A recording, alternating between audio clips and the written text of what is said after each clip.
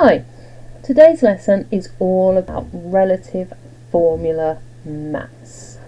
Okay, so we're going to start the lesson with a quick recap on information that the periodic table actually tells us. Okay, and we're going to start just by thinking about sodium. Okay, so looking at my periodic table, I know that the bottom number for sodium is 11. This is my atomic number. All it tells me is the number of protons in the nucleus. So it's not telling me about maths. So the one that I am interested in today is this number here, okay, the mass number at the top. And this tells me the mass of an individual atom and is the number of protons and neutrons in the nucleus.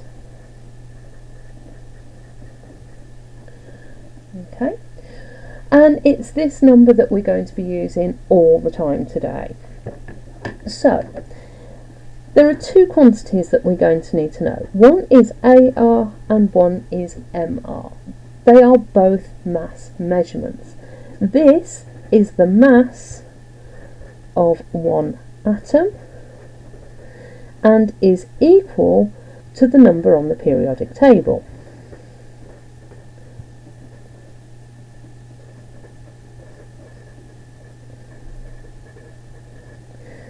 This one is the mass of a compound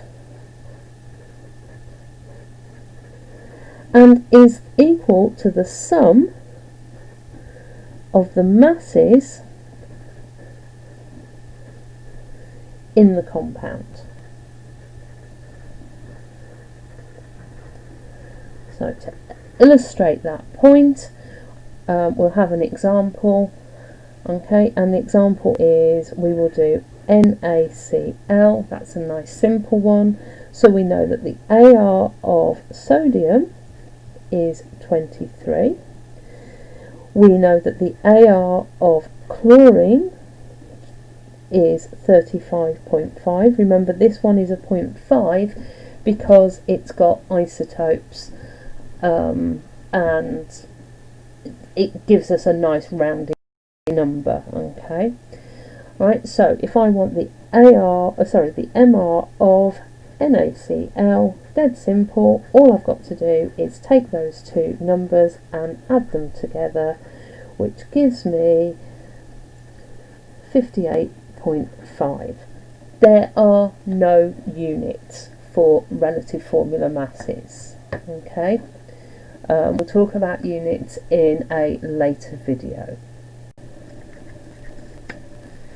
Right, we can use MRs when we're thinking about conservation of mass. Now I know this is something that you find a little bit challenging.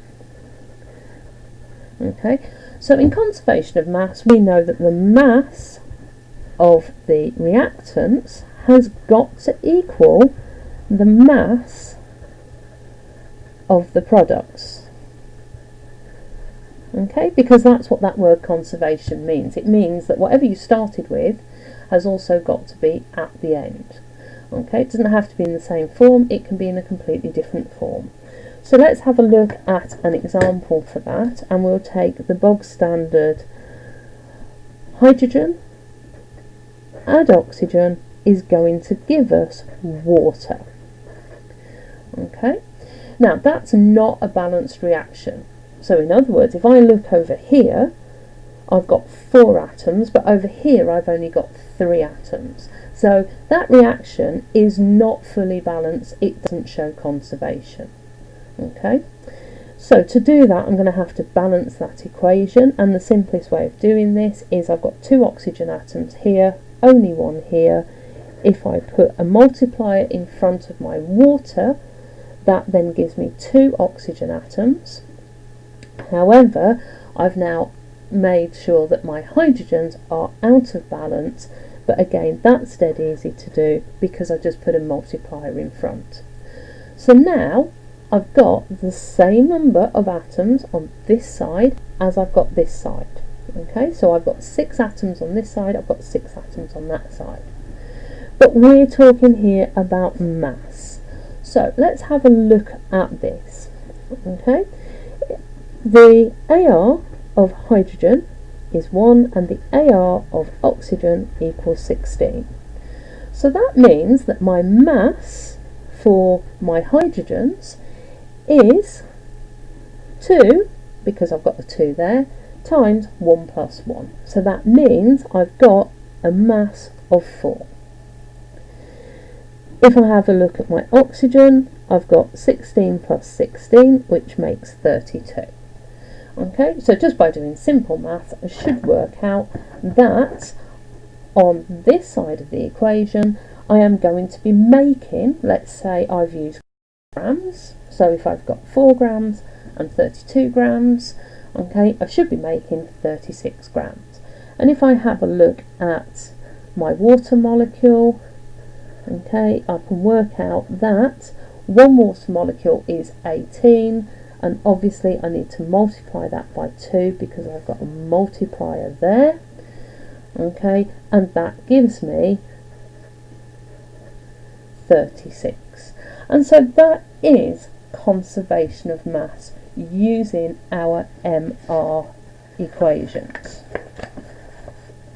Okay, now this also means that we can use this to calculate reacting masses. Okay, so reacting masses, dead simple. I'll go back to my sodium and chlorine to make sodium chloride. Remember, I've got to balance my equation. Okay, so if I've got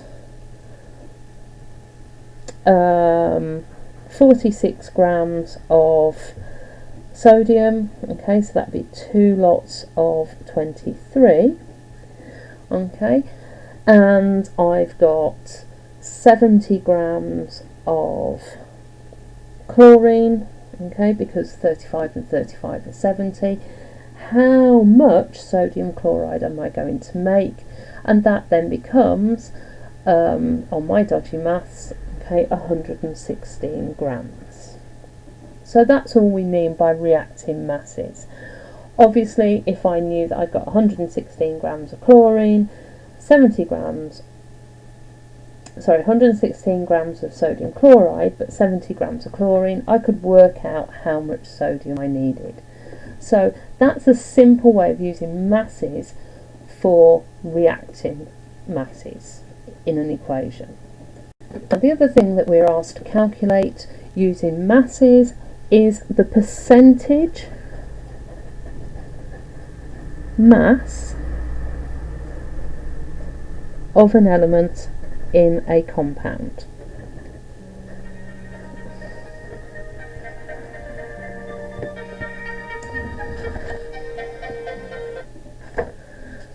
I'm not starting this video again. Okay, so percentage mass of an element in a compound is dead simple. Okay, I'm just going to put percentage mass like that because otherwise it takes up too much space. So percentage mass equals the number of atoms of whatever element it is you're looking at multiplied by its AR and then divided by the MR of the compound. And obviously, as this is a percentage, it is multiplied by 100. Okay, so I'm going to go, let's say we'll use the water one because it's easy. So if I wanted to find out the percentage mass of hydrogen in water, what I would do is, so number of atoms, I've got 2 atoms. The AR of hydrogen, we know from earlier, is 1.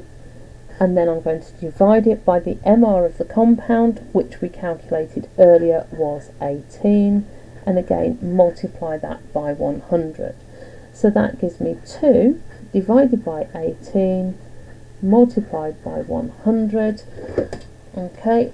and you know me, I will always show you my calculator while I'm doing this. So 2 divided by 18 equals, multiplied by 100 gives me 11.1%. Okay, I've just put the dot above the 1 to show that that is recurring. Okay, if you have any questions, please drop me an email. And if it's what the alarm was, I can't remember. Bye.